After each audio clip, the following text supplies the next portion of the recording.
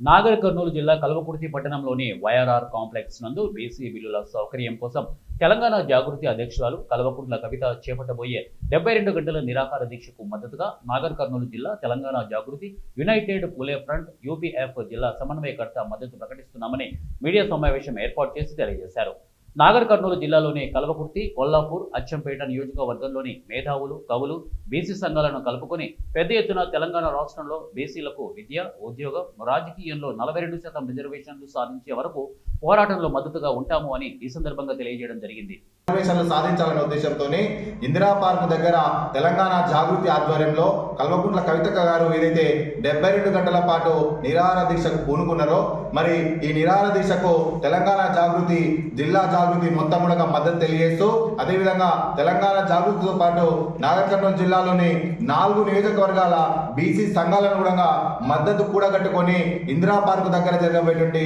72 గంటల BC bill కోసము, BC రిజర్వేషన్ల కోసము కల్వకుంట్ల కవితక్క గారు చేసే ఒక 72% రిజర్వేషన్ అమలు చేయించుకోవాలని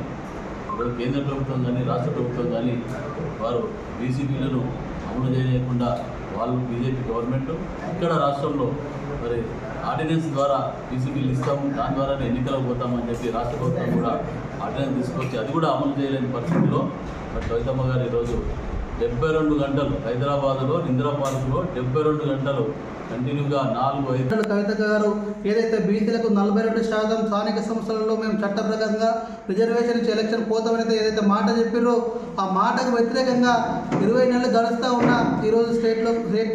కాంగ్రెస్ ప్రభుత్వం వచ్చి మరి బీసీలకు చట్ట ప్రకారం రిజర్వేషన్ ఇవ్వకుండా మీనమాషాలు లెక్కిస్తూ